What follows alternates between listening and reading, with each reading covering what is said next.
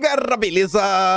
Como é que vocês estão, meus amigos? Hoje é dia de dossiê que vai terminar em reviravoltas. Gente, hoje a gente vai ter que colocar a cachola para pensar e refletir. E o Verdivaldo voltou e a gente vai falar sobre isso.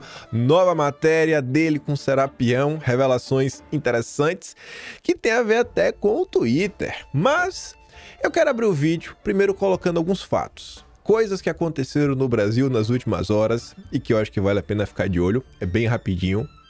Aí depois a gente vai falar sobre o Verdivaldo. Depois a gente vai falar sobre Elon Musk e seus advogados, porque ontem apareceu uma nova notícia, envolve aí o general Thomas Paiva, o general do Lula, e falar de algumas coisinhas, relembrar outras, e depois a gente vai fazer uma pequena viagem no tempo antes de realmente mergulhar de cabeça em algumas questões. Vocês sabem o que é uma revolução colorida? E por que a gente vai falar de revolução colorida? De tudo que está acontecendo no Brasil, Elon Musk, num vídeo como esse, e porque o último tema é uma árvore, né, que metade está num lugar bacana, metade é um ambiente meio ruim, enfim. Vamos, que eu acho que até o final, na verdade o final duvido que você espere que a gente vai seguir por determinados caminhos, mas vamos lá. Gente, fatozinho bem rápido. Ontem, Andresa Matais diz que Lula está negociando nomeação de Lira e Pacheco como ministros do seu governo. Por que eu quis colocar isso aqui? Eu acho que está bem claro. Tanto Lira quanto Pacheco, eles comandam o poder legislativo. Um na Câmara, outro no Senado. Se Lula já está conversando com eles, vocês acham que eles fariam alguma coisa contra o Lula nesse momento? Alguma coisa que fosse minar os interesses do Lula? E ambos são zeros à esquerda. Qual é o apoio, sabe? O apoio verdadeiro junto ao povo que ambos possuem. Eles precisam encontrar alguma forma de não desaparecer. Ou você acha que o Lira vai começar a publicar vídeos em seu Instagram para ficar em busca de engajamento para tentar ser senador por Alagoas nas eleições de 2026? O Pacheco aí é uma situação ainda mais crítica. Mas tá ali, ó. Lula começou a discutir com os presidentes da Câmara e do Senado a nomeação de ambos como ministros do seu governo. A primeira conversa sobre o tema ocorreu na semana passada em reuniões individuais com os dois, conforme apurou a coluna. A eventual nomeação de Lira e Pacheco atende a um cálculo político. No caso de Lira, ajudaria a neutralizar o presidente do seu partido, o Ciro Nogueira, um dos opositores mais duros do governo. Pacheco, por sua vez, é do PSD, do Kassab, principal articulador político do Tarcísio. As eleições presidenciais também pautam os acordos envolvendo a sucessão na Câmara e no Senado. O apoio de Lula, Elmar Nascimento e Davi Alcolumbre entregar, ambas as casas do Legislativo para a União Brasil, teria como contrapartida União Brasil no seu palanque 26. É o terceiro maior partido, mas União Brasil quer lançar o caiado. Nessas negociações, olha isso, Marcos Pereira ficaria com a vaga de ministro do TCU. Andresa Matais falou isso meio-dia. Final do dia de ontem, Marcos Pereira desiste para apoiar o Hugo Mota. Uai, mas e o Marcos Pereira tá ali, né? Tá no acordão.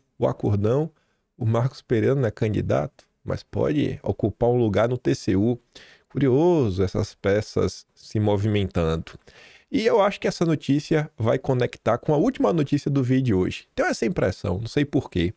E ainda sobre Marcos Pereira, dias atrás, finalzinho de agosto, Lauro Jardim, que vocês já devem estar cansados de saber, é o porta-voz do mercado financeiro, disse que quem estava articulando, tentar dar uma força aí na campanha do Marcos Pereira, é um grupo estrelado de deputados que se reuniu na casa de Rodrigo Maia.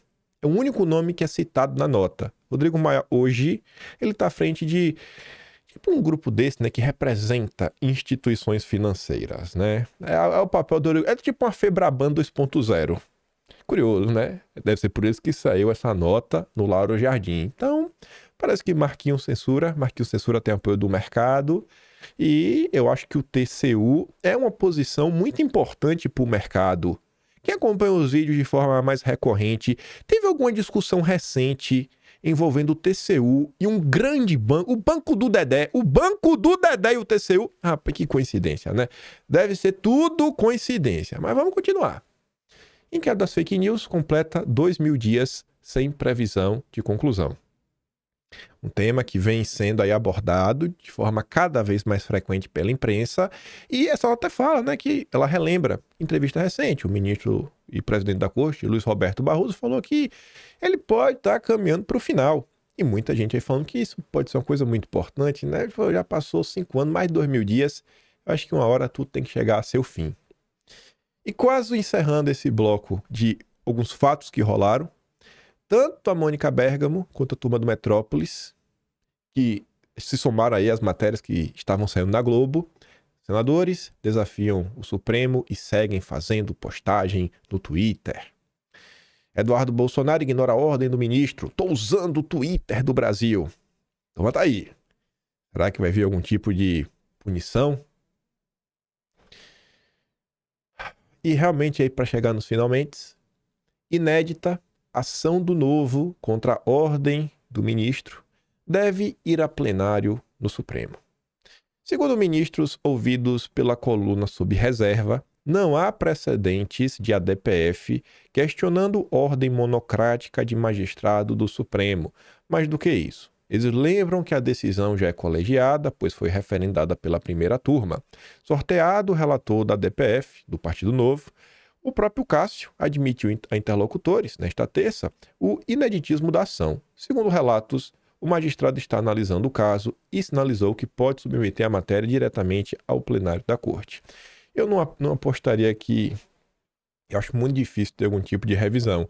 Eu acho que talvez o pedido da OAB, que a OAB pediu para rever a questão da multa da VPN e rever em plenário, o da OAB eu acho que tem uma condição maior de avançar. Achismo meu, posso estar errado. Mas vai gravando aí o que a gente for nesse início. A gente vai voltar nisso lá daqui a uns 50 minutos. O Verivaldo voltou ao lado do Serapião às 11 horas da noite de ontem. Mensagens mostram ordem do ministro para endurecer contra o Twitter o início de atrito contra Elon Musk. Tudo a ver com as coisas que estão acontecendo recentemente, né? O próprio banimento do Twitter, mas tá ali. Conversas entre auxiliares do ministro, lá no TSE, mostram como o ministro ordenou o endurecimento contra o Twitter após Elon Musk assumir a empresa e se negar a fazer a moderação de conteúdo nos termos definidos pelo magistrado. Vamos ver do que está falando. As mensagens são de março de 2023, 5 meses após a eleição no Brasil. Já tinha passado a eleição. E tratam de publicações sem relação direta com assuntos da alçada do TSE. Elas mostram o início do atrito entre a plataforma e o ministro, que dura até hoje e resultou na ordem de suspensão do Twitter no país. Em 2022, o Tribunal Superior Eleitoral firmou parcerias com as redes sociais para, por meio de alertas, recomendar a exclusão de publicações que, segundo avaliações internas da Corte, espalhavam mentiras ou discursos de ódio. As mensagens revelam que, passada a eleição e já sob comando de Musk, o Twitter passou a não concordar com os pedidos do ministro. Os diálogos aos quais a Folha teve acesso são de um grupo no WhatsApp, formado pelo juiz auxiliar, o Marco Antônio Vargas, e por integrantes da AEED, Assessoria Especial de Enfrentamento de Informação, também do Tribunal Eleitoral. Aspas. Então vamos endurecer com eles. Prepare relatórios em relação a esses casos e mande para o inquérito das fake news. Vou mandar tirar sob pena de multa, dizia a mensagem do ministro, que foi reencaminhada no grupo Vargas. E que o Vargas logo acrescentou, vamos caprichar, né? Eles não querem fazer? Então vamos endurecer para cima deles. Mete aí no inquérito, vamos botar a multinha aí. Se não tirar, vai ter multa. Desde então, o ministro tem aplicado multas e ordenado a retirada de conteúdos publicados no Twitter por meio de decisões na Corte. A conversa sobre a mudança de postura com a plataforma ocorreu em 17 de março de 2023, logo pela manhã, às 6 horas e 58 minutos. Você vê que o pessoal acorda cedo, viu? O pessoal acorda trabalhando. O juiz auxiliar Marco Antônio Vargas mandou no grupo uma publicação de uma mulher sobre a soltura de presos pelos ataques golpistas do 8 de janeiro.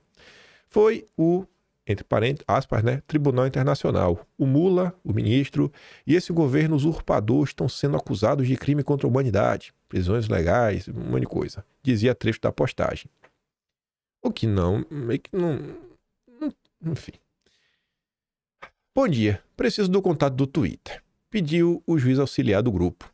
Após uma servidora da AED mandar o telefone de uma pessoa de nome Hugo, então representante do Twitter para a América Latina, outro integrante do órgão, da AED, chamado Frederico Alvim, entrou na conversa e se colocou à disposição para falar com o Twitter. Assim, irmão, você pode ver com ele para que faça uma análise de postagem dessa natureza? Pediu lá o Vargas. E o Alvim falou, beleza, tá comigo, vamos lá, vamos resolver. A ideia seria aumentar um pouquinho o escopo da parceria, para que questões como essa possam ser enviadas pelo sistema de alertas, obtendo tratamento. Assim, seria um caminho para você retirar postagens mais rápido, pelo que deu a entender. Em seguida, o servidor explicou ao juiz como funcionava a atuação da plataforma na moderação de conteúdo e qual seria o caminho para conseguir que o Twitter passasse a excluir o tipo de publicação citada por ele. Abre aspas. Acho que reivindicar uma alteração formal da política seria muito demorado e dificultoso, porque dependeria da boa vontade do time global, agora subordinado ao Musk, que faz sentido, né? Você para mudar uma política da empresa, você não vai mudar, não vai ter uma política para a América Latina, uma para a América do Norte, uma para a Europa, não, você tem uma meio que global, uma política de moderação. Se você quiser realmente mudar isso, tem que falar com o Globo. Em tese, realmente seria algo mais demorado. Creio que a saída mais fácil seria pedir uma calibração da interpretação da política já existente, segundo Alvim. Segundo ele, a política de integridade da plataforma se aplicava em 3 circunstâncias. A primeira delas, eleições. Segundo, censo. E terceiro, grandes referendos e outras votações dentro do país. É basicamente a mesma coisa. Como não estavam em período eleitoral, disse o Alvim, o caminho seria defender que, embora as eleições tenham terminado e o novo presidente empossado, esses ataques mantêm acesa a possibilidade de novas altercações. Às 9h45 da manhã, o servidor informou o juiz auxiliar ter agendado uma reunião com o representante da plataforma para meio-dia daquele dia. Vou tentar o seguinte, nesta ordem de preferência. Primeiro, que removam conteúdo e se comprometam a remover outros semelhantes sempre que acionarmos pelo sistema de alertas. Você vê que esse tweet em específico incomodou. E aquele típico tweet que não tá falando nada com nada, viu? Me perdoa.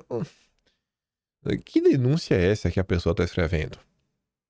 Que denúncia é essa que a pessoa está escrevendo? Mas assim, né? Porque também, sabe? Se eu entenderia, eu realmente entenderia se esse tipo de postagem que incomoda tivesse sido feita por um grande perfil, sabe? Um grande influenciador, um grande jornalista, um deputado, um senador.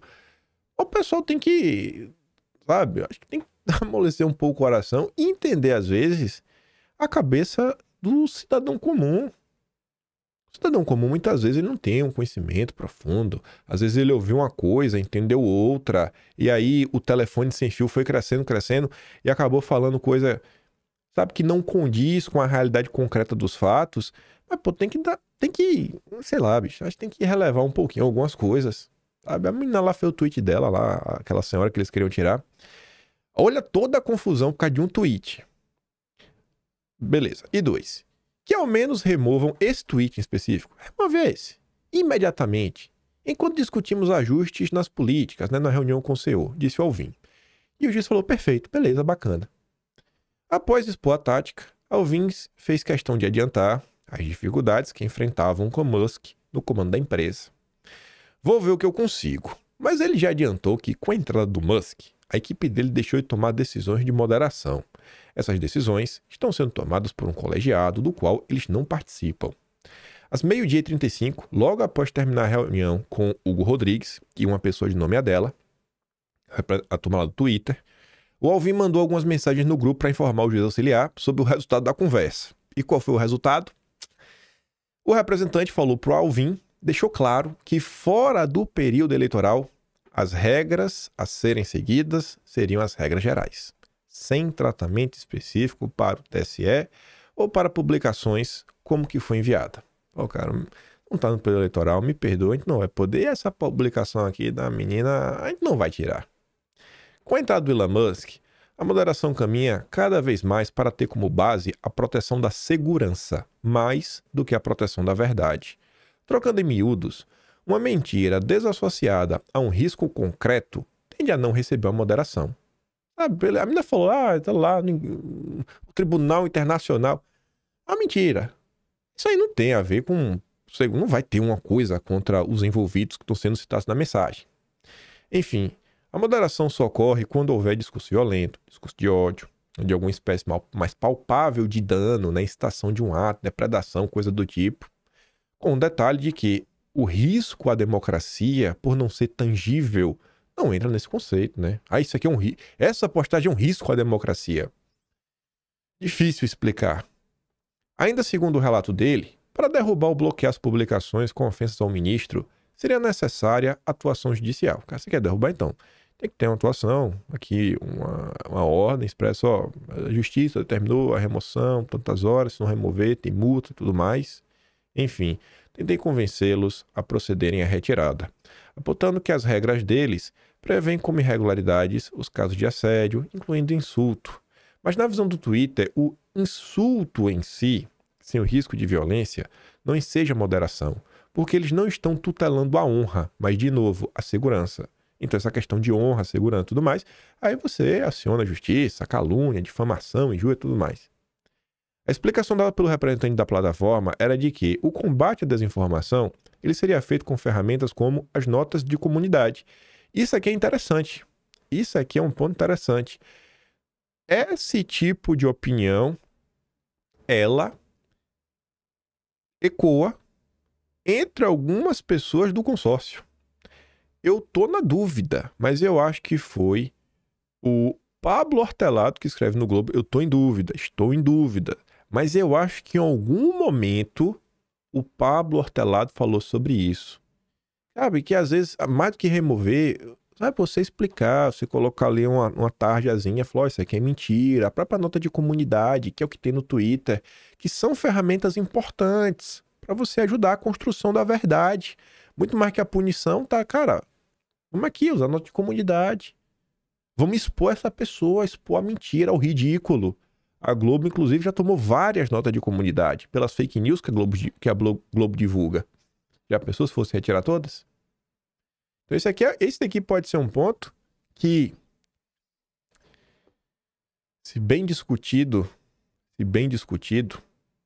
a forma como a direita conta a sua história e as suas reivindicações, eu acho que era um ponto aí que, dessa nota, dessa revelação, eu acho que, eu achava que é um ponto em que os deputados poderiam tentar explorar, deputados, senadores, políticos, junto a alguns jornalistas, falar, cara, ó, essa nota aqui é interessante, meio que ela coloca aqui na mesa, meio que a gente defende, né? A esquerda tá aí o tempo todo mentindo, etc, tudo mais. Olha, se a esquerda, nas suas mentiras, não tiver realmente promovendo alguma coisa problemática, né? Tipo, ensinando as pessoas a ir lá no meu gabinete jogar pedra, né? Com base numa mentira. Se não for isso, beleza, fala mal aí. Se eu achar que ofendeu minha honra, eu vou acionar a justiça, calúnia, difamação, injúria, tudo mais, beleza. Se não, cara, é isso aí, a gente coloca lá trabalhar para ter uma de comunidade, porque nós aqui na direita a gente teme, dá muito poder de remoção e às vezes você acaba removendo algo de maneira injusta. Eu acho que esse tipo de crítica ganha eco dentro do consórcio. Segundo os estudos que fizeram ao longo de 2 anos, os tweets marcados com notas de comunidade têm uma redução de 20% a 40% do potencial de enganar pessoas. E a pessoa fica com uma pecha de mentiroso. Depois de avisar que iria repassar as informações ao ministro, às 12h58, o juiz Marco Antônio Vargas reencaminhou a mensagem recebida do próprio ministro com a posição a ser seguida a partir dali. Não vão querer remover, né? Não vão mudar a política. Então, a gente agora tem uma posição nova, que é a mensagem que está no início da matéria. Ministro, mensagem dele no grupo, que o Vargas encaminhou, né? Vamos endurecer com eles. Prepare relatórios em relação a esses casos, mande para o inquérito das fake. Vou mandar tirar sob pena de multa. Resolvido. Vamos caprichar no relatório para esse fim. Mandou no grupo Marco Antônio Vargas. E confusão. Isso daí tem relação com as ordens que o Elon Musk divulgou, que criou aquele perfil lá no Twitter para divulgar? Não sei. O Verdivaldo não deixou claro. Talvez tenha algum tipo de relação. Talvez seja essa aí, algumas... Esse é o início dessas coisas que o Elon Musk tem falando. A gente não quis cumprir isso, não quis cumprir aquilo outro, a gente não gosta daqui, acolá, etc, tudo mais. Enfim. Tá aí parte... Qual é a parte já? Eu nem lembro, acho que é parte 12. Daqui eu acho que é a parte 12. Posso estar enganado, ou parte 11. Ou é a 11 ou é a 12. Mas tá lá o Verdivaldo. Vamos continuar. Mantém isso tudo aí em mente por hora. Falando da Starlink, que é um tema aí que está na órbita desses acontecimentos, mas não ganha tanto destaque, porque o pessoal está preocupado mais com Twitter, censura, VPN, multa. Assim, a gente está falando, né? Pô, o governo monitora a operação de Starlink após bloqueio de contas, vê se vai continuar prestando serviço. E a CNN explica que telecomunicações são dos setores classificados pelo governo como infraestrutura crítica por ter instalações, serviços, bens e sistemas que, se forem interrompidos, podem provocar um efeito cascata, com impacto social, ambiental, econômico e a segurança do Estado da sociedade. Vocês devem lembrar, a gente comentou em vídeo recentemente, que o Elon Musk falou que não ia cumprir a determinação de tirar o Twitter do ar. Você deve lembrar disso, né? Não vamos tirar. Ontem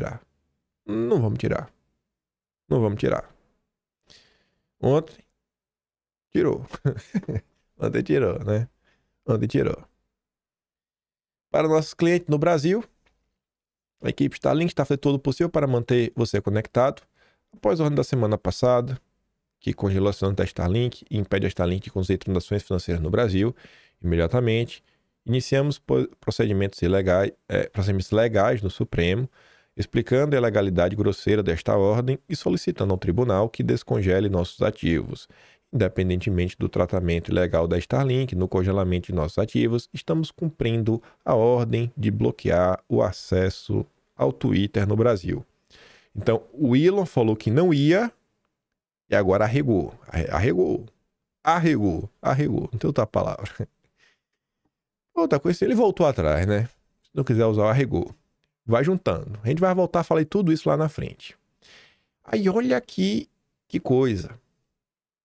Advogado da Starlink é filho do comandante do exército de Lula. O general do Lula, o Thomas Paiva. É o filho dele. O filho dele não é apenas o advogado da Starlink. O filho dele... Vamos ler primeiro, né? Starlink representante é representado na Anatel pelo advogado Thomas Scholler Paiva, filho do Thomas Paiva. Scholler Paiva, o filho, né? É quem assina carta enviada à Anatel dizendo que a Starlink voltou atrás e realizou o bloqueio do Twitter. E o documento foi obtido pela coluna. Ele não é só o advogado, como a regada do Elon Musk. Quem assinou a carta da regada foi o advogado que é filho do Thomas Paiva. Aí olha que curioso. Estamos perto de entrar em alguns momentos para chacoalhar a cabeça. Esse aqui é o documento. A Starlink informa que já procedeu ao bloqueio das URLs x.com e twitter.com, que são os domínios a partir dos quais se tem acesso à plataforma X no Brasil, que poderá ser comprovado pela Anatel nas próximas horas. Está ali a assinatura dele. Comentamos ontem sobre como a equipe jurídica da Starlink não é qualquer equipe jurídica. É a Pinheiro Neto, a Escritório do Brasil, para lidar com essas relações comerciais de empresas internacionais que operam no Brasil. Dia de disparado é o maior. Tinha lá o Rosenthal. Quem anunciou isso foi o Fausto Macedo. O Lauro Jardim no mundo jurídico. que trabalha no Estadão. Aí, gente, quero colocar aqui algumas coisas que só vão fazer sentido lá na frente também. Esse dossiê é todo lá na frente, mas lá na frente tudo vai se conectar. As matérias que foram no início, que estamos comentando aqui agora. No mês de agosto, a gente fez um dossiê. Seria uma parte 2 do dossiê Rothschild que fizemos acho, no mês de janeiro. Que contava umas coisas que rolou, etc. Tudo mais. A gente sai da questão da eleição da França, a relação de Macron com os Rothschild, passando por privatizações no Brasil, coisas que os Rothschild fizeram. E aí uma das matérias que nós trouxemos, duas na verdade, foram essa aqui na época. Olha aquela ali, 11 de abril de 1991. Pra você ver o nível dos advogados do Elon Musk. Não é qualquer advogadozinho não, irmão. É advogado top. Topzera mesmo. Acordo vai trazer mais investimento. Ainda sobre a imagem do Brasil no exterior, o embaixador lembrou que o governo foi incisivo na busca de uma solução para os problemas relativos à preservação do meio ambiente e à demarcação de terras indígenas. O Brasil estava sendo cobrado a avançar com a agenda verde, né? Estava lá, não, a gente vai fazer, a gente vai cumprir toda a agenda internacional. E aí, logo após a palestra de Flecha de Lima, o seminário presidente Fernando Collor, um ano no cargo, prosseguiu com a palestra do advogado paulista Pinheiro Neto sobre o tema privatização e suas consequências. Né? É o Pinheiro Neto. Hoje hoje é o escritório dele que está trabalhando pro Elon Musk. Aqui é o homem mesmo, carne e osso. O Pinheiro Neto estava lá. Nessa mesma reunião, né, falar de privatizações, e a gente falou todo o processo nas participações dos Rothschild, mas tá ali, os trabalhos foram encerrados com o posicionamento de 3 executivos do meio empresarial britânico. Um deles é o Charles Alexander, que era o diretor do Rothschild, né, o Banco Rothschild, que ao longo do dossiê aparece em diversos momentos e em diversos anos diferentes no contexto das privatizações do Brasil, que é basicamente você vender a empresa do Brasil para o exterior. Foi o processo de privatização. Você internacionalizou os ativos nacionais. E aí, pulando para 2024, o Brasil não está mais no radar, diz o chefe do Pinheiro Neto. Que radar? O radar dos investidores internacionais. Esse texto aqui não é da matéria, esse texto aqui é do Atlas de julho, que já está escrito. Eita, eu falei agosto, né? Esse aqui a gente falou no mês de julho, desculpa, esse aqui a gente falou no mês de julho. Esse dossiê não foi no mês de julho. O Atlas sai agora dia 15. Guarde esse mente. O que é que tem a ver? O que é que tem a ver isso? Thomas Paiva, etc. Elon Musk, Marcos Pereira, Lira, o Lula trazendo todo mundo para perto. Vamos prosseguir. Vamos seguindo. Voltando um tempinho no tempo, assim como Elon Musk falou 48 horas atrás que a Starlink não ia bloquear o Twitter e arregou e bloqueou, isso aqui é só um fato, né, concreto da realidade. Vamos até voltar, né? Starlink recua e começa a cumprir ordem de bloqueio, né, só para lembrar.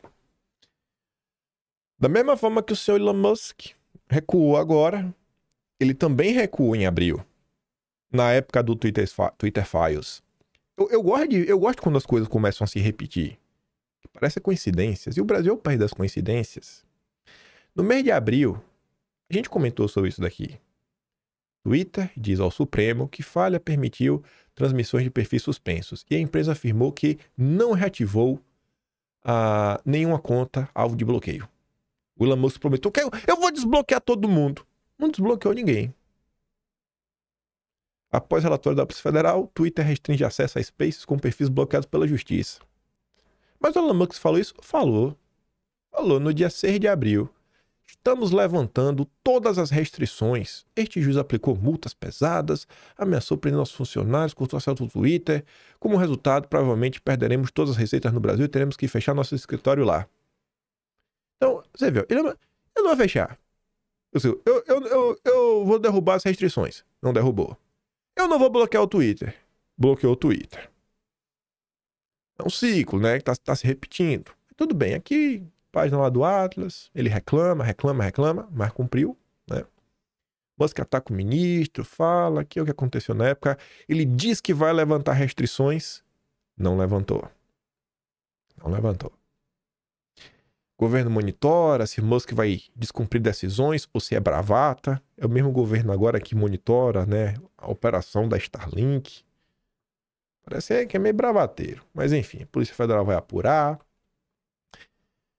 Na época, né, pra ficar bem claro, né, ele falou, eu vou desbloquear todo mundo. Aí lá em abril, o Monark perguntou, tá dando pra ver esse tweet do Brasil? Não, só com VPN. Não desbloqueou ninguém. E o Elon Musk falou, eu não vou mais cumprir nenhum tipo de ordem. Quando veio agosto, tava lá o Monark reclamando. O Twitter suspendeu minha conta. Qual é, Elon Musk? Você tá obedecendo as regras? Por quê? O Monark ficou indignado. Beleza. Da mesma forma que tem uma coisa que chama ainda mais a minha atenção. O Elon Musk, esses dias, ele criou um perfil para divulgar todas as decisões que estão sendo tomadas, que é isso, que é aquilo outro, tudo mais, pipipi, ppp. O grande ponto é que ele já tinha dito isso também em abril. Em abril, o Elon Musk também tinha feito, não, vou aqui, a gente vai publicar tudo que foi exigido pelo ministro. Ele falou assim, em abril, tá falando agora de novo. E isso assim, é só um fato. As revelações que o Elon Musk colocou agora, ele já tinha contado. As revelações desse novo perfil criado, ele já tinha revelado antes. Tinha sido no perfil lá do Global Affairs, que é aquele perfil que lida com os governos. Então, o Elon Musk, ele tá requentando as denúncias. Não tem nenhuma denúncia nova. Então, pra que não? Vamos aqui colocar... Mas tu já falou isso em abril, Elon Musk. Aí tu tá falando agora de novo. E as tais denúncias, elas são requentadas. Você tá começando a pensar, e deve estar se perguntando, tá, e tu quer chegar onde? Onde você quer chegar? Lembra que no início do vídeo, na introdução, eu falei que a gente ia falar de Revolução Colorida? E falou, o que é que tem a ver tudo que tá acontecendo? Bom, antes de falar sobre a Revolução Colorida, lembrar algumas coisinhas que falamos nos últimos dias. Isso aqui tá no vídeo de ontem, eu não vou entrar nessa matéria. Mas eu destaquei que o Mário Nawfal, que até interage com o Elon Musk, estava naquele dia que... naquela entrevista que Bolsonaro deu. Acho que Bolsonaro acabou não conversando com o Elon Musk diretamente. Mas o Mário é o que estava lá organizando Spaces, etc. Tudo mais, foi esse rapazinho aqui. E ele compartilhou uma nota, que a nota chamou minha atenção, porque eu conhecia o autor dela, que é o Coríbico. E o Coríbico é um cara que desde... Acho que desde março do ano passado. Desde março do ano passado. Eu acho que foi de março. Ele começou a fazer algumas denúncias de que estaria a ocorrer no Brasil uma revolução colorida a favor do Lula. O que, em tese, não faz muito sentido no primeiro momento, porque a revolução colorida você faz pra você meio que tentar fazer uma mudança de regime. O Lula é presidente, você vai... Como assim uma mudança de mudar o regime pró-Lula? Então, teve isso aqui nos últimos dias. O Coríbico é um cara que estaria alinhado a essas ideias de um mundo multipolar, muito mais alinhados ao BRICS do que o mundo ocidental. Então, a crítica que não está vindo do consórcio, né? Não está vindo... Não é o Biden, não é o Macron falando, o Lula está muito próximo da Venezuela. Não, não é sobre isso. Nos últimos dias, a gente comentou sobre isso aqui também. Rui Costa Pimenta, que lá atrás, na fundação do PT, uma das alas do PT era o PCO. E um dos pontos que o Coríbico está apontando na sua nota é que o PT, ele passou por uma divisão. O PT hoje tem 2 blocos, e hoje o bloco mais poderoso dentro do PT é o bloco globalista. O liberal progressista globalista é o bloco mais forte. E o bloco esquerda mais raiz, ele está mais fraco, ele está enfraquecido. E o Coríbico até pergunta se isso foi uma mudança, sei lá, se o Lula mudou quando estava preso, ou se o Lula só tirou a máscara, esse sempre foi o Lula. E o Lula vem recebendo críticas, essas críticas vão aumentando dentro da esquerda. Não são críticas novas. Alguns alertas foram feitos ao longo do tempo. O Rui Costa nos últimos dias falou, né? Ele coloca ali a matéria do Estadão, o editorial, na verdade, criticando o que está acontecendo, né, o judiciário brasileiro, e falava como é a vida, quase 90% de acordo com o editorial do Estadão. Mas entenda-se, é a voz da burguesia preocupada com a estabilidade do regime. Só a esquerda pequeno-burguesa que não vê nada. Só a esquerda. Porque você vê que as coisas estão meio que mudando no Brasil. É difícil até você explicar. É fácil constatar. Quem acompanha a política consegue constatar de forma fácil que as coisas estão mudando, para pior. Quem não acompanha a política, se você fala que as coisas estão mudando, o cara vai falar que tu é maluco. Como assim, uma mudança de regime? E você realmente vê, né? Esse negócio de mudança de regime tem tudo a ver com a Revolução Colorida. E ele falando, pô, a esquerda pequeno-burguesa. Seria essa esquerda globalista. Tá alinhada ao que está acontecendo. Depois, no dia seguinte, a gente também comentou em vídeo, o Rui Costa compartilha um post do perfil oficial do PT no Senado, que o perfil do PT está compartilhando o Karl Popper. O Rui até diz, o PT adota um novo guru. Ele fala que é reacionário. Reacionário não tem nada, né? O Karl Popper, ídolo de Jorge Soros, o maior golpista fora dos governos imperialistas. O Karl Popper, ele realmente é o guru do Jorge Soros. A tese do Karl Popper é a tese das sociedades abertas versus as sociedades fechadas. Como é o nome da ONG do Jorge Soros? Open Society. Qual a tradução para o português? Sociedade aberta. É exatamente. Assim, ele não está usando figura de linguagem. O Karl Popper, ele realmente é o guru do Jorge Soros. Eu venho falando que, o governo Lula, para você entender em toda a sua magnitude, você não pode ter aquela visão fechada e tentar empurrar o Lula na caixinha, como se o Lula fosse o grande líder do Foro de São Paulo, aliado de primeira hora de Cuba, Venezuela, etc. tudo mais. Gente, o Lula até hoje não reconheceu a eleição do Maduro. Isso não é normal, isso não é pelo menos esperado. Todo mundo achava que o Lula ia bater pau pro Maduro, mas na bola dividida, o Lula tá seguindo a posição Estados Unidos, Europa. E aí eu quero voltar um pouco no tempo para 10 de dezembro de 2022. À esquerda temos o Pepe Escobar. Dizem até que o canal dele, quem gerencia é RT, portal oficial dos outros. E à direita temos o Elias Jabbour, que trabalha junto a Dilma no Banco dos BRICS. Quem ajudou a contar para o mundo as injustiças que o Lula estava sofrendo no Brasil, quando o sol estava quadrado para ele, foi o Pepe Escobar. Não é qualquer um. E o Elias Jabbour tá no governo. Então, assim, são pessoas acima de qualquer suspeita, que não iam ficar atacando o Lula de graça, né? O cara tá com cargo no governo. Isso daqui foi antes do governo começar. Um pouco depois da COP26. Que foi aquela COP que o Lula foi no avião lá do Sereperi Júnior, lembra? Pegou uma carona. Vamos aqui ouvir o que foi dito nesse vídeo. Em relação aqui no Brasil, e eu vejo isso, eu vejo uma disputa de rumos dentro da política externa, ou seja, a Open Society, por exemplo, ela é uma das organizações, ela está em todos os grupos de transição no governo Lula, todos os representantes. E o seu presidente da América Latina está no grupo, é um dos 4 que estão elaborando sobre política externa. Ou seja, eu vejo isso com muita preocupação. Como ele chama? Eu prefiro não falar nomes, não citar nomes aqui, porque não... Bom, eu pergunto como estrangeiro, porque eu não conheço nenhum desses... Não, é fácil encontrar na internet, tá? Não vou citar nomes, mas eu acho que isso me preocupa, isso coloca um grau de disputa. E mais, os americanos alugaram um hotel inteiro em Brasília para a posse do Lula.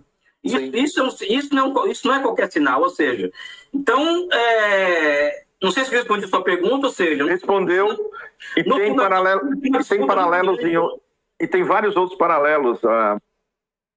Vários outros paralelos. Ao longo dos meses de 2023, o Pepe Escobar veio falar que o B do BRICS é um cavalo de Troia, dentro do BRICS, quinta coluna, né? Traidor. E teceu várias críticas ao Lula, inclusive colocaram meio que ele na geladeira do Brasil 247, meio que não falou mais de Lula quando ele vai lá, só fala de exterior. Tomou uma chamada. O cara que tá cuidando da política externa do governo Lula, que o Elias Jabbour não quis falar, é o Pedro Abramovay. Pedrinho. A atualmente vice-presidente da Open Society no planeta Terra. Ele falando, rapaz, tinha pelo menos um membro da turma do Soros em cada grupo de transição. Isso aqui foi após a COP26, essa live. Por que eu tô falando isso? Porque tem outro vídeo. Outro recorte que eu acabei fazendo. Olha essa outra denúncia do Elias Jabbour. Lula na COP27, eu particularmente não gostei daquele discurso, né? Eu particularmente, né? Por quê?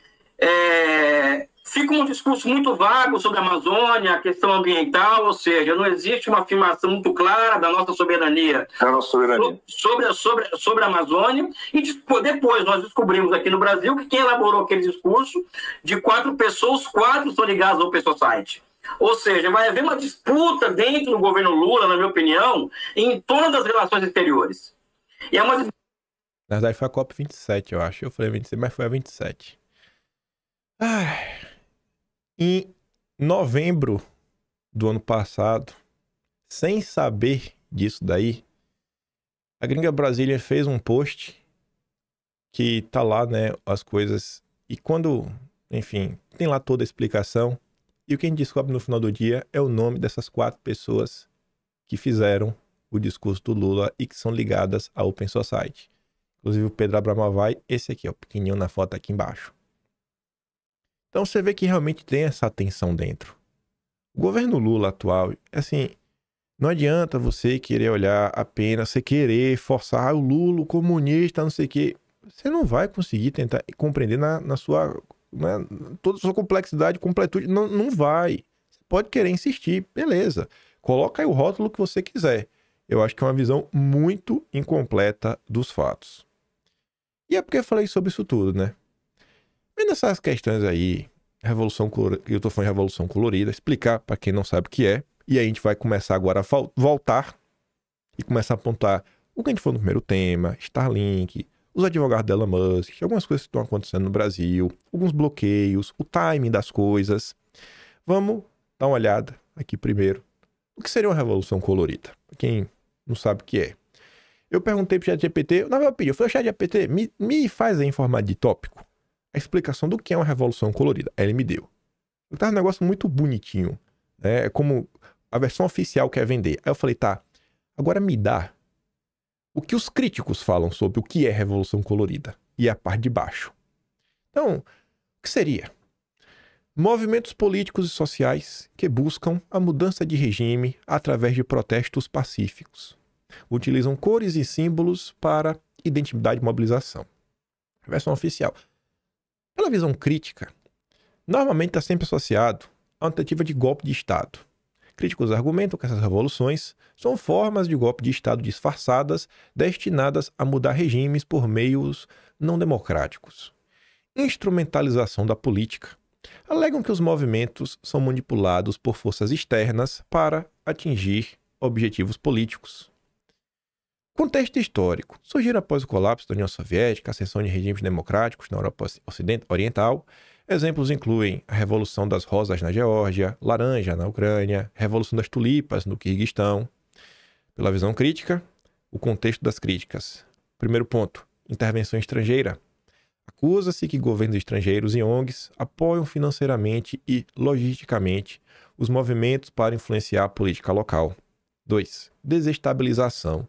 Alguns críticos veem essas revoluções como tentativas de desestabilizar governos que não alinham com interesses externos. Características principais: protestos pacíficos, manifestações, marchas, ações não violentas. Eu acho que quando a gente olha no horizonte, tem manifestações. E não necessariamente as manifestações são organizadas por quem está por trás da revolução. Às vezes o cara está fomentando que isso aconteça. E a gente vai ter aí o 7 de setembro. Por exemplo, a questão da época não foi só por 20 centavos. Ali na época, depois fizeram vários estudos, ficou provado. Ali foi uma tentativa de revolução colorida. Começou daquele jeito, depois o povo tomou as ruas. Mas o início teve um objetivo, né? A fagulha foi proposital. Uso de cores e símbolos. Cores específicas, símbolos que ajudam a identificar e diferenciar o movimento, mobilização social, engajamento de grandes setores da sociedade, jovens, grupos civis. Pela visão crítica. A questão de mobilização e financiamento meio que recebe apoio financeiro e logístico de fora do país, levantando questões sobre a independência dos movimentos, desafios à legitimidade. Alegam que os movimentos desconsideram os processos políticos e eleitorais existentes, minando a legitimidade do governo atual. Métodos e estratégias. Desobediência civil. Eu acho que, inclusive, esse termo, né, desobediência civil, ele ganhou destaque nos últimos dias. Por questão do Twitter, VPN, não ganhou? É só uma constatação. Ações como boicotes e greves, campanhas de mídia e comunicação, uso intensivo de mídia social e outras plataformas para disseminar mensagens. Eu acho que toda essa insatisfação em relação ao que está acontecendo no Brasil vem sendo feita através, realmente, de mídia social. Apoio internacional. Algumas revoluções recebem suporte de governos estrangeiros ou organizações internacionais. Talvez até o apoio do próprio Elon Musk, né? Aqui estamos aí, viva Brasil, viva a democracia. Ele está aloprando nos últimos dias. Pela visão crítica, né? Campanhas de desinformação. Críticos afirmam que a disseminação de informações falsas para desacreditar o governo atual e criar um clima de satisfação. Manipulação de mídia. Uso intensivo de mídias sociais para criar uma narrativa favorável ao movimento e pressionar a opinião pública. Quando eu vejo Elon Musk republicando decisões que ele já tinha publicado, eu fico meio assim. Exemplos notáveis. Aí tá lá, né? E embaixo tá as explicações do o que estaria por trás desses eventos. Tá ali o segundo, né? Críticas sobre a influência de governos ocidentais e ONGs na mobilização e financiamento de protestos, na laranja e das tulipas. Alegações de que a revolução foi instigada por interesses externos para controlar a região estratégica. Impactos e evoluções, e depois só tem o último, que é o desfecho. Mudanças de regime. Muitas vezes resultam na substituição de líderes e mudanças políticas. Bom, o que a turma está falando agora? A turma vem lá de fora. Que no Brasil, na verdade, está tendo uma revolução colorida pró-Lula. Então, se é pró-Lula, não é para ter substituição de líder, mas, quem sabe, uma mudança política. Uma mudança política. Que mudança política seria essa? Vocês lembram de 2013? O povo está insatisfeito, era Dilma, começa a crescer o sentimento antipetista, ela não cai, se reelege, volta, depois a coisa volta de novo, contra Dilma, tem impeachment. Qual era o grande plano naquela época? Era um governo da chamada terceira via. Deu errado. E o que deu errado? Apareceu o Bolsonaro. Não estava no cálculo. Eles não esperavam que iria aparecer um Bolsonaro no meio da história. A gente tira a Dilma, pá, beleza. Não deu. Aí teve também o Joesley Day. Ali frustrou totalmente os planos do Temer de buscar uma reeleição, né? Que era presidente. Então tiveram alguns eventos.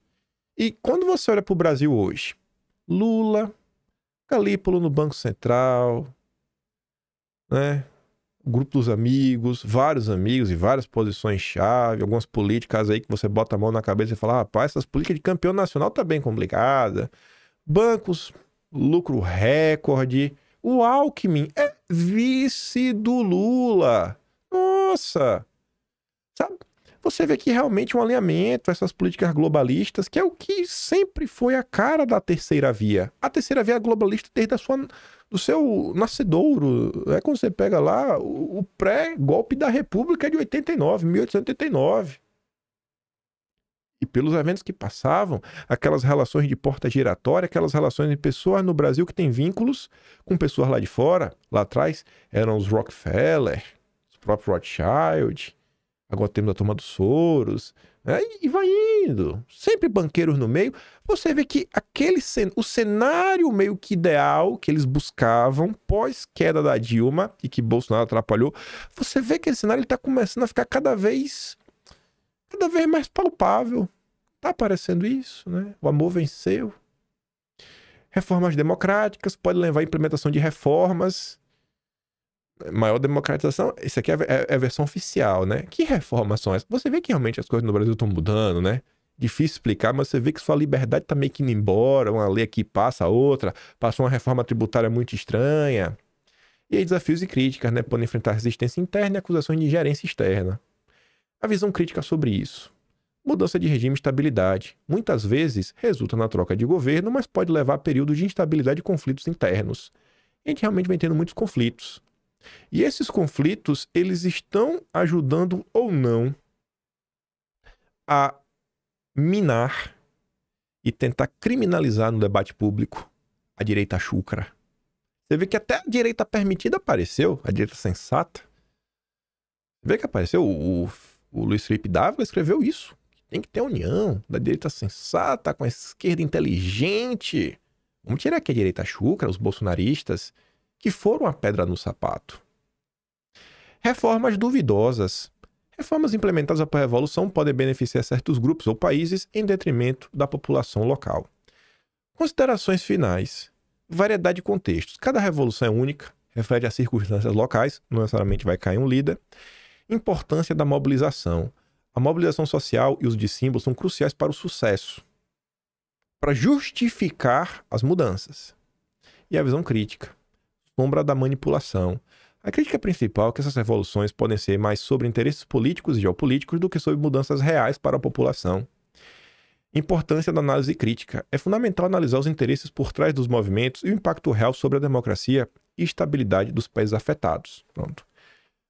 Após colocar essa tese na mesa, isso é uma tese, né? Na verdade, um evento, né? Uma coisa que acontece, tentar colocar os pontos da tese, para tentar fundamentar se podemos estar diante de algo assim ou não.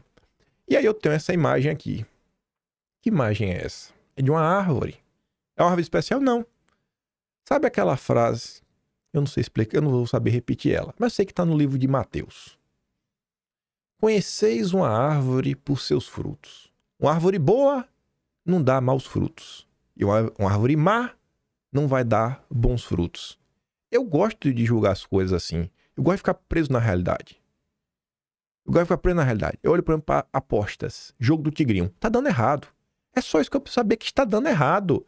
Ah, mas a liberdade de jogo... Irmão, tá dando errado. As pessoas estão perdendo suas casas. Eu fiz uma live anteontem. A pessoa me relatou, conhecido dela, o cara desistiu de viver. A mulher depois, o coração, deixou para trás 3 filhos e 5 netos. Outra pessoa lá falou, não sei se foi o cunhado, alguém da família, perdeu um carro. Outra pessoa, o meu amigo, perdeu uma casa. Eu não preciso... eu tô vendo o resultado. Eu gosto de julgar as coisas pelos seus frutos. Tem gente que só atrapalha. Falei ontem até da questão do Oswaldo Eustáquio. Aí, aqui são alguns fatos. Elon Musk já regou antes, como arregou agora. E daí, não sei, mas tá aí. É um ponto que gira na minha cabeça. Segundo, Elon Musk, ele tem laço com o governo, não brasileiro, o governo americano. E que laço é esse? A Starlink, ela tá ligada à SpaceX. A SpaceX é uma empresa do chamado complexo militar. É o grupo mais forte que existe lá no chamado Deep State. E quando você olha isso, que ele tem lá, SpaceX, você vê, cadê a embaixada americana? Não, estamos aqui, né, observando, preocupados com a democracia, a liberdade de expressão. Cadê a embaixada americana? Acho muito curioso, sabe uma coisa dessa? Rapaz, se fosse algo assim, né, o Maduro travasse as coisas, rapaz, eu acho que ia ter uma confusão miserável. Mas tá assim, né? Eu fico assim, o que é que tá acontecendo? Não sei. Outro ponto. Os Estados Unidos nunca nos ajudaram. Nunca. Na história do Brasil, os Estados Unidos só entra pra subir e trair. Só. Papinho furado. Essa balela eu não compro. Quem quiser ir comprar, compra. Ao longo da história, a gente já explicou o dossiê histórico que tem pra provar. Depois, tem aquelas denúncias do Mike Pence. Olha, o que tá acontecendo no Brasil. Tem dedo da USAID, da NET. Aquela denúncia que ele fez, né, que foi do USAID. Dos 30%, assim, de todo o orçamento do órgão, 30% o Mike Pence diz que foi gasto no Brasil para avançar com a agenda de censura. Aí o Elon Musk tem alguns advogados que chamam a atenção. Galera que desde idos muito antigos já participava desses eventos internacionais, que até os Rothschild estavam no meio. Né? Aí você vê essa coisa, né? O filho Thomas Paz. Chama atenção o que está acontecendo. Nenhuma denúncia que a Elon Musk pontuou até agora é denúncia nova. Vou criar agora eu vou expor tudo. Não tem nada novo. Querendo ou não, desviou o foco da atenção. As questões da Elon Musk desviou o foco da eleição, ninguém mais falando de eleição. O Musk, isso aqui é um ponto que a direita às vezes não presta atenção, gente. Vocês deveriam se questionar. Por que Elon Musk segue ordens na Índia, segue ordens na Turquia e segue ordens do Partido Comunista Vermelho, onde a Tesla vende muito carro, né? Ele também gosta de umas coisas, gosta de um lítio, ele gosta de um lítio, não tem pra onde correr. Sabe, lá ele segue as ordens. No Brasil ele quer lutar pela liberdade de expressão. Eu fico meio assim. E quando surge essa história do Elon Musk, cara, ninguém mais ficou falando de talha-ferro, as notícias do Verdivaldo, que estavam assim, ecoando por todo o Brasil, e a imprensa vinha criticando assim de forma dura as revelações. E no meio disso você ainda tem uma fratura dentro da direita. Esse processo gerou. Porque tem pessoas que não estão tweetando. Essas pessoas que não tweetam são covardes, são traidores. Tem gente falando isso. Esses são alguns fatos. Aí eu coloquei assim algumas percepções. Possíveis punições podem estar a caminho. Pode ou não pode? Amanhã não pode ser uma lista de pessoas que vão ser multadas por usar VPN? É uma possibilidade. Isso pode gerar mais satisfação. Inclusive a gente viu muitas notas nos últimos dias falando, ó, tá acontecendo aí, pode até inflar aí o 7 de setembro, que é movimentação de rua. Bom, eu acho que todo mundo vai concordar que o 8 de janeiro, o evento 8 de janeiro, acabou por dar justificativa para muita coisa no Brasil. Muita coisa foi justificada sobre o 8 de janeiro. Eu não sei o que vai acontecer no 7 de setembro. Eu tô querendo fazer aqui um paralelo. Pessoas tomando a sua. Exatamente isso. Eu tenho uma percepção que o Brasil está começando a voltar aos rumos de 2018 sem Bolsonaro. Um cenário sem Bolsonaro, que eu tô falando, né? Assim, Alckmin, né? A turma aí do establishment sempre, todo mundo bonito, um grande pacto nacional de amor, carinho, campeões nacionais. E o Elon Musk, não, ele deixa umas pontas soltas. Muita gente diz, pô, banir o Twitter é desproporcional. Mas, ao mesmo tempo, existe que você tenha na lei, né? Uma questão de... Tem que ter um representante no país. Aí eu olho assim, que os sinais apontam para uma possível revolução colorida. Inclusive, jornais internacionais falam que o Brasil sofre uma revolução colorida pró-Lula. Que vários desses eventos podem estar se encaminhando nessa direção. Aí eu coloco algumas perguntas.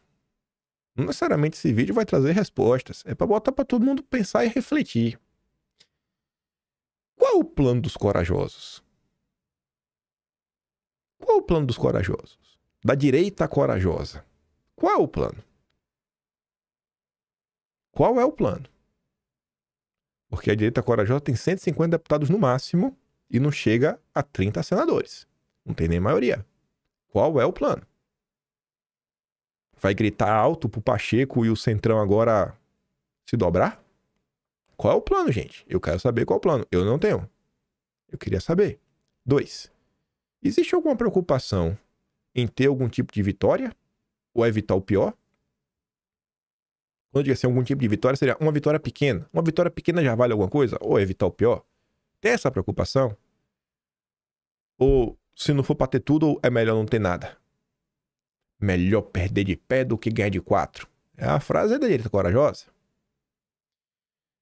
Tomar multa por estar no Twitter vai mudar o quê? Faltou a interrogação ali. Eu quero saber o que é que vai mudar. Eu quero saber o que é que vai mudar. É porque não vai se dobrar o sistema, né? O povo é brabo demais, viu? Nossa senhora, brabo. Qual vai ser o desfecho de tudo que está acontecendo agora nas eleições municipais? Que inegavelmente impactam em tudo, inclusive 2026. E coloca pessoas na máquina. Pode não ser em posições tão importantes como a mais alta coisa desse país, mas são posições. São pessoas que, às vezes, passam o dia trabalhando, sobra 2 horinhas ali para acompanhar o que está acontecendo, às vezes ela pode se dedicar para a política o dia inteiro. Vereador tem assessor. E prefeito, vem Maria, é um monte de secretaria. E quais impactos de tudo que está acontecendo nesse momento perante o plano da direita corajosa para 2026? Eu não tenho essa resposta. Eu quero saber. Eu estou tentando trazer as pessoas um pouco para a realidade. Depois, qual o objetivo do Musk? Eu não sei, você sabe? Você bota a mão no fogo? Existe alguma luta por liberdade de expressão? Tem mesmo a luta? Não, tem que lutar. Realmente essa luta existe? E tudo o que está acontecendo, quais os ganhos, possíveis ganhos que o establishment pode ter? O Glenn reapareceu hoje. Colocou ali a nota. Se não, poderia ter colocado aqui. Não, onde é que está o Glenn? Não seria um ponto. Uma pergunta. Aí, eu quero voltar para a imagem da árvore. Eu gosto de julgar a árvore pelos frutos. Eu falei ontem e exemplifiquei. Fui mostrando os maus frutos da árvore Oswaldo Eustáquio. 8 de janeiro, serei preso. Várias tias do Zap denunciando Oswaldo. Tia do Zap mesmo, denunciando Oswaldo, falando, cara, não saiam da frente do quartel. O povo denunciando isso no início de dezembro. Não vá. O que ele aprontou em 2021, os amigos dele, inclusive é o cara que dirigiu o carro do Jorge Santos, que ia colocar um naquele caminhão-tanque, né, que é para o aeroporto. Imagine se explodisse, rapaz, e várias outras coisas. Eu já vi os frutos, são todos podres, todos. Ele tá de volta. Qual é o plano? Qual é o plano do pessoal? Quando a gente vai começar a julgar as coisas pelos seus frutos reais, concretos e que entregaram. Aí, uma nota que saiu no mês passado, que parou no Atlas, mas que a gente não discutiu em vídeo, foi essa daqui, ó. PT arma contra-ataque a tentativa de onda bolsonarista no Senado em 2026. Tem parte da direita falando, não vai ter eleição, não sei o quê. Será que não vai ter eleição? Não sei. Eu lido que vai ter eleição. Você confia na eleição? Irmão, vai ter. Farei minha parte no que eu puder para trazer informação, né? Para a turma aí ficar bem inteirada do que está acontecendo no Brasil, tentar converter voto. Vou me dedicar. Sei que a nota falava que com foco de Bolsonaro em ampliar espaço no Senado, o PT e partidos aliados planejam um contra-ataque e desenham uma estratégia para conter os planos da oposição. 2/3 do Senado serão renovados daqui a 2 anos e a expectativa de bolsonaristas é ter maioria na casa, algo que o PT tenta evitar. As conversas sobre as disputas deverão avançar depois das eleições municipais. Há, no entanto, nomes que já trabalham não só para tentar conseguir o cargo, como também para tirar vagas de oposicionistas que estão no Senado e devem tentar a reeleição no próximo ano. Um exemplo disso acontece no Acre, onde Márcio Bittar e o senador Sérgio Petecão precisarão renovar os mandatos. Lá, o ex-governador Jorge Viana deve concorrer ao cargo, que é do PT, né? O petista, que comanda já a PEX, já foi senador e ocupou a vice-presidência da casa. Outro estado onde também há petistas se movimentando é o Ceará. Eleito em um ano bolsonarista 2018, Girão está no fim, precisa ir às urnas novamente. O líder do governo na Câmara, José Guimarães, tem falado abertamente sobre a intenção de concorrer a senador. A Gleisi Hoffmann reforça que o PT precisa se preocupar em ganhar mais terreno no Congresso. Não basta eleger o presidente da República. Precisamos ter representação boa no Congresso. Temos nomes no Senado e onde temos divergência, vamos conversar, temos tempo para isso. Alianças são o primeiro passo. Em alguns casos, as alianças fechadas pelo PT nas eleições de 24 já são a preparação de terreno. A legenda decidiu apoiar a reeleição do prefeito do Rio, Eduardo Paes, sem indicar o vice. Em troca, espera poder indicar um dos candidatos do grupo de Paes ao Senado daqui a 2 anos. Isso também aconteceu em Curitiba, onde Gleisi contrariou o integrante do PT no Paraná, travou a possibilidade de uma candidatura própria. Em vez disso, a sigla apoia Luciana Duce, também sem indicar o vice. A ideia é que o gesto seja retribuído com apoio do PSB ao PT em uma das vagas do Senado e ao governo do Paraná. O Disseu também tem participado do debate sobre a legenda. Em palestras, o petista tem feito alerta sobre a falta de base no Congresso. Devemos, em cada estado, optar por candidaturas viáveis, seja do PT ou aliados. O importante é garantir uma base de apoio segura no Senado para o segundo mandato de Lula. Essa estratégia deve ser construída desde já para 2026 no Recife, com a reeleição de Humberto Costa, e no Rio, com apoio de Paes, para eleger um senador ou senadora. Aí antes de terminar, olhando para as eleições desse ano, Bolsonaro, ele está, eu acho que desde o início de julho, posso estar sendo injusto, viajando todos os dias sem um dia de descanso. Fazendo roteiro normalmente em 2 a 3 cidades, às vezes 4 cidades num único dia. Eu não acho que Bolsonaro vai salvar o Brasil fazendo isso. Mas eu tenho certeza que essas movimentações de Bolsonaro vão trazer algum fruto. Porque está colocando mais pessoas de direita na máquina. Eu acho que todo mundo vai concordar que ter mais pessoas de direita eleitas, isso é bom. A gente ainda concorda nisso, né? Bolsonaro está sendo destruído sistematicamente desde o início de agosto, diante de várias pautas que aparecem e sempre em torno de coisas estéticas. Cadê o maior líder da direita do país para falar dessas denúncias? Cadê Bolsonaro que não tuita? Qual é o ganho disso? Qual é o ganho disso? Real. Além de lavar a alma de algumas pessoas. Qual é o ganho real disso? O ganho disso, de falar as verdades duras, é maior do que fazer campanha no país inteiro para eleger prefeito e vereadores? O PT está focando em qualquer um que seja aliado deles. Bolsonaro está tentando tirar os petistas. Bolsonaro é um vagabundo, é um frouxo, safado, covarde que não presta para nada. Bom, são os nomes novos que aparecem. Eu gosto de julgar uma árvore por seus frutos. Quando eu vejo a bancada que a gente tem hoje, que não é das melhores, mas é a nossa, e que é muito melhor do que os petistas, eu prefiro o pior dos nossos deputados do que o melhor dos petistas. Eu prefiro o pior da direita do que o melhor dos petistas. É de disparado. Só olhar o que cada um defende. Eu acho que essa bancada chegou lá. Obviamente, a pessoa, ela trabalhou. Às vezes ela já era uma pessoa conhecida na sociedade. Ela buscou apoio, ela teve apoio. Ela entrou pra política, fez a parte dela. Mas eu acho que também tem um movimento grande que aconteceu. Eu acho que esse movimento que Bolsonaro conseguiu meio que encabeçá-lo, liderá-lo, que vem lá de 2013 pra cá, teve uma participação grande no processo. Eu acho que as grandes vitórias que nós tivemos, na maior parte do tempo, são da caneta presidencial de Bolsonaro, porque nunca teve apoio no Legislativo, nunca teve apoio em nenhum outro setor, não tem apoio do empresariado, não tem apoio de nenhuma autarquia, não tem. Cadê o agro? Cadê a ProSoja? Ah, tá dando dinheiro pro Vilela. Dinheiro pro Vilela levar esquerdista no podcast pra meter o pau na direita. Parabéns à ProSoja. Ah, tem uma notícia esses dias. Ontem, um grande empresário do agro que doou pra esquerda e pra direita. Os dois lados. Porque o importante é as pautas dele avançar. Ele não quer saber de nada ideológico, nada. Não falta financiamento para a esquerda, para a direita tem nada. Zero. Então eu faço a provocação para vocês. Tem algumas coisas estranhas acontecendo. Será que Elon Musk é burro? Será que ele é um gênio? Ele tem um plano? Qual é o verdadeiro objetivo dele? Ele tá tocando a música. Alguma música ele tá tocando. Qual? Seria ele o flautista de Hamelin, com aquela história? O cara lá tocava a flauta, tirava os ratos da cidade, o pessoal não foi o que ele fez, ele mandou os ratos de volta pra cidade, daí depois sequestrou uma réplica de gente da cidade tocando na flautinha e foi embora com ele. Será que ele é ele desse tipo? Será que ele é um músico da liberdade? Não sei.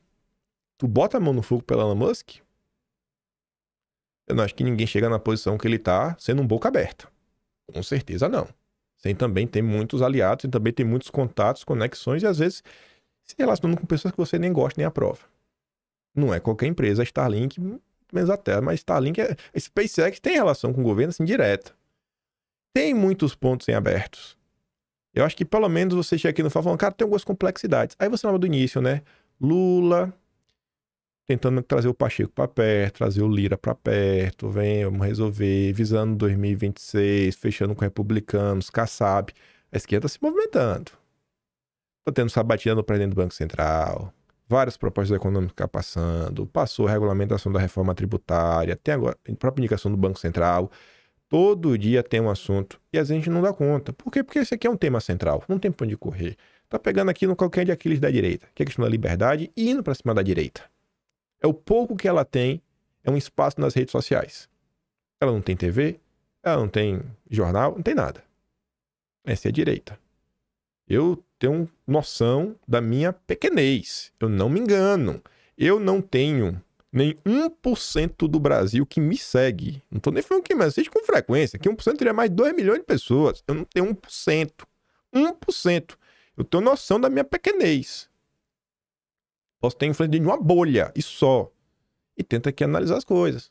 Não acho que nossas grandes discussões aqui vamos salvar o Brasil gritando na internet. Tenta aqui ver, chegar a conclusões, tentar influenciar pessoas com mais poder do que a gente. E muita gente trata reduzir tudo o que está acontecendo. Tudo o que está acontecendo no Brasil se reduz a... E aí, deputado, você vai ou não vai fazer um tweet? Você é um traidor, hein? Você é um frouxo. Você é um frouxo, deputado. Não vai botar o teu na rota para tomar multinha de 50 mil reais. Eu já vi vários filmes que se repetem. E eu tô vendo alguns filmes que se repetem nesse momento. Tem coisas estranhas. Eu fico de olho e peço para vocês também. Botem a mão na consciência. Reflitam sobre muita coisa. Que vocês apoiam, deixem de apoiar. Comece a cobrar por coisas um pouco mais concretas. Fujam dessa estética vazia. Ele fala as verdades. Não ajuda em nada. Ajuda em informação. Ajuda em informação. Quanto mais informação você tem, melhor você tá. Tenha certeza. Informação nunca é demais. Boa informação. Olhando. Tirando as suas conclusões. Coloquei aqui várias perguntas. Dê alguma coisa na imprensa. Conclusão, eu não tenho. Se você tem, me passe a sua. Porque eu não tenho. Eu tô achando que tá tudo muito estranho que tá acontecendo. Qual é a música que Elon Musk está tocando e dançando? Eu fico por aqui. Se gosta do meu trabalho, quiser dar um pouquinho mais, passar no canal, tem um botão de valeu, tem um peito na descrição. E tem o Atlas Brasileiro, onde vamos relatar tudo isso. E um dia nós teremos a resposta. Hoje não temos. Mas um dia a gente vai relatar. E a gente vai ver o que vai acontecer. Lá na frente a gente vai poder olhar para trás e falar se a gente acertou, se a gente errou, né? Ou muito menos pelo contrário. Compartilha, volta amanhã. Eu deixo aqui grande beijo, abraço, tamo juntos. Valeu, meus amigos. Fui!